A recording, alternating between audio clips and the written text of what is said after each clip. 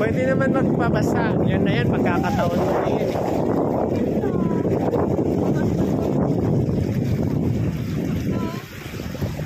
Ayun. Yun ang resort sa pinakadulo. Doon kami galing.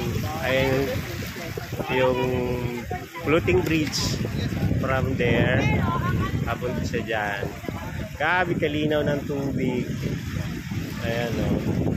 Although na may mga kasama siya na mga grass, pero andyan pa din na talagang maputi yung ano to.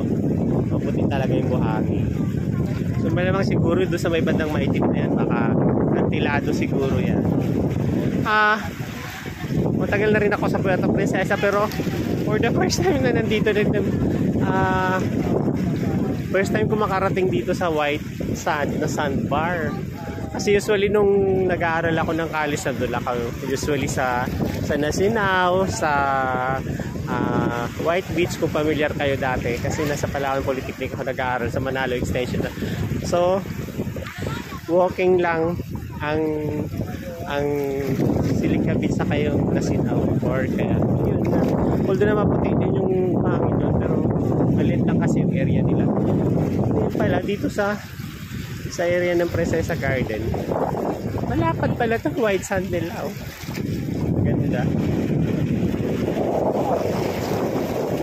Ay, yung mga yan pala yan yung path. Yan ang beautiful kasama ko. Yan o, ito pa o. Ay, dalawa. Yung mga famous yan sila. So, talaga yan o. Talagang kasama ko talaga yan lagi sa sindikato mula pa kahapon eh. Mali yung outfit guys. Mali.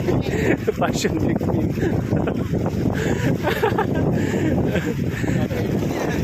Ito, yun yung partner niya, ang gwapo. Diba? Bumalik sir ito. Ito daw yung Kanigaran Floating Cottage yan sila. Ito pala yan. Ang dami dumahangin lang ngayon. Pero goods naman. Goods na goods. Na ano to, dinidevelop ng Kanigaran yung area na to. Naglalagay sila ng bridge sa may dulo. Katuwa yung mga kasama ko kasi kanina wala pang may gusto mali. So nakakapunta sila lahat. Dito na na nag-chase na ng decision na lahat. Ay, mag-Victoria na. Okay.